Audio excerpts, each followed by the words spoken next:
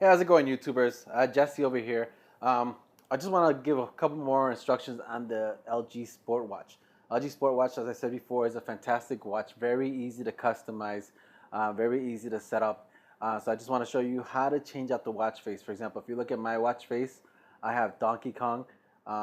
It moves. I don't know if you see the little barrel going. He throws the little barrels. Obviously, it's from the Donkey Kong versus Mario.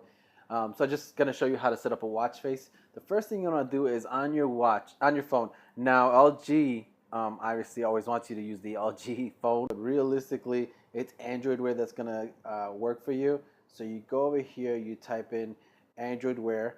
One of the first options should be Android Wear. You go ahead and you download it.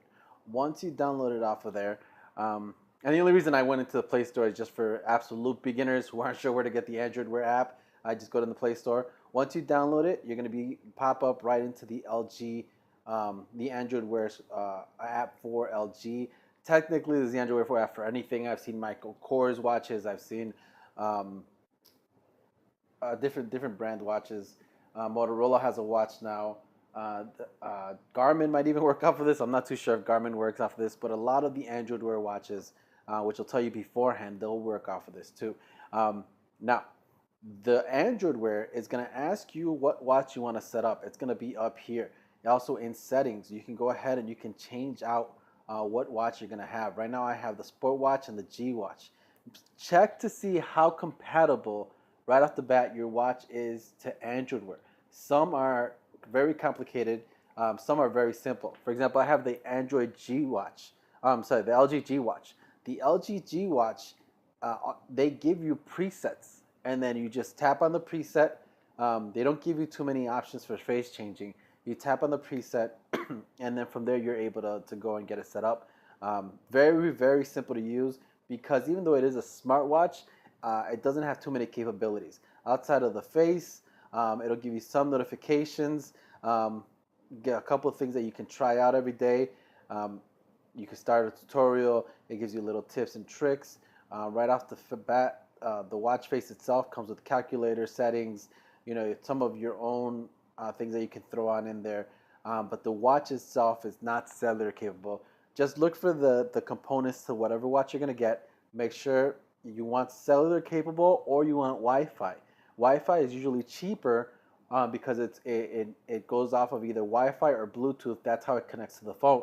So these two have to be together at all times. If they're ever separated, this just becomes a watch, doesn't do anything for you. It's when they're together that it gives you your text messages, notifications, or notifications from different apps. All come from it being together. If it's cellular data, it's going to be a more of a more smarter watch. It's going to be able to do different things. For example, if I wanted to go to the store, I can leave that at the house. I can actually go to Walmart, go to Target, wherever. I've actually gone to a theme park with just a watch and a camera. So as long as this is cellular, you are able to make calls in two different ways. One, depending on your carrier. If you do AT&T, for example, AT&T has number sync. Other carriers have their own versions of AT&T or of a phone number swap. Uh, Depending on your carrier, they could set it up where this number now also gets forwarded into the watch. For example, when I went into Universal, I just took the watch. I had AT&T number sync go ahead and transfer the information onto the watch, and then when I got phone calls, it was just straight through the watch. And because I have a Bluetooth headset, I could just take the call at the theme park if necessary. So just look at that. If you're going to do a Wi-Fi or Bluetooth only watch, it is restricted to just being around the phone. If you are going to do a cellular data watch, it's much freer to do what you can do. However, having said that, these watches, um, they are more complicated to use because themselves they're basically a phone on a watch. So with that, whereas opposed to the Bluetooth watch, which you just went after you download the app and you hit the G Watch connected, it's just going to give you your presets that you can change. It's going to be different on a smarter watch. So with the smarter watch on LG on the Android Wear app, you're going to go ahead and turn on the locations, turn on the Bluetooth, everything that I asked you for. Go ahead and turn it on. Make sure that the LG watch itself isn't on Wi-Fi mode, isn't on airplane mode, and it is connected to Bluetooth to the watch, which is what your watch is going to tell you. I had it on the G watch, the Wi-Fi that I was showing you. Now we switch it to sport watch. All that other stuff is gone for this profile. You're going to hit more. In here, it's going to ask you if you want more faces. Now, the apps sometimes show up here. It's very tricky. Android Wear, personally, I think it has some bugs to fix still. It has so many different phones that you can add onto it that it hasn't fully customized to every single kind of phone. So one thing you're gonna want to do is do a little research as to what kind of phone apps are good for this. I prefer, out of all of them, I prefer Facer. Facer is a fantastic app, very, very easy to use. It's pretty much, if this thing ever loads up here, it's pretty much just look for the app that you want. It's pretty much just look for the face that you want and just download it. They have a lot of different options. And then from there, it'll tell you how to look. You see how my watch actually shows up there? It'll tell you how it'll look on here. Once you decided that you want it, for example, let's go to one of the free ones. Oh, this is Hanukkah collection. There we go, Santa Claus. All you do then, when you find the one that you want, for example, this Santa Claus one, you hit it to send it to the phone. Once you do that, your phone does a little vibrate, and then Facer should start making changes, and then it just pops up there. Very, very easy to use. Doesn't really take too much in terms of changes. And as you can see, it even does little motions on there. It's got that little face. Every single one has a different type of face like that, of design like that, where it does some kind of change. For example, I have the snowman here, just for the holidays. I'm just gonna skip that, and I don't know if you can tell, but there's like a little bit of snow coming down. Um, the one that I'm currently using is the Donkey Kong, and as you see, you can just add and add and add. It has 4 GB of internal memory, so you can add different things onto it depending on how you're feeling. Um, Usually, my favorite is just Donkey Kong. It's gonna ask if you want to do the GPS every time that you change a face. The reason it's gonna ask if you want the location is because it does have the option down here, or depending on the watch face, it does have the option of adding the weather, so you can always know what the weather is. Um, the only reason I don't have it on is because on the phone itself, when you turn on the location on the phone itself on Android Wear, you have to turn it on here. Then you have to set up the permissions. It drains battery. Usually, anytime you turn the GPS on and leave it on all day, it will kill you. And not kill, but it will drain out your battery slowly, a little bit quicker than it normally does drain out.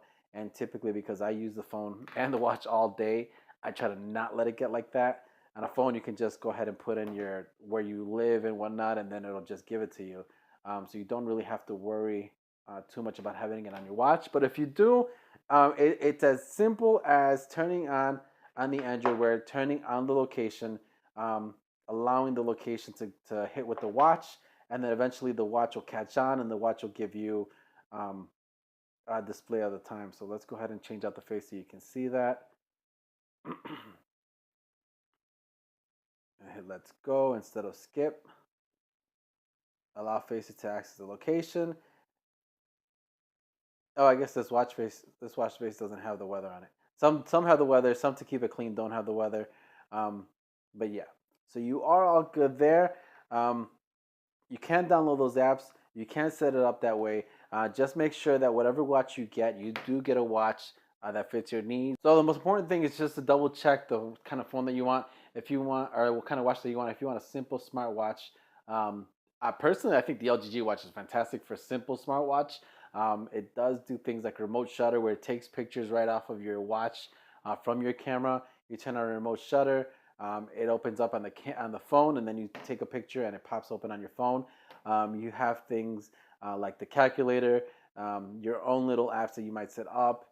You can also do Find My Phone, which is fantastic. So if you lose your phone, as long as it's connected to this thing, the phone itself starts to ring.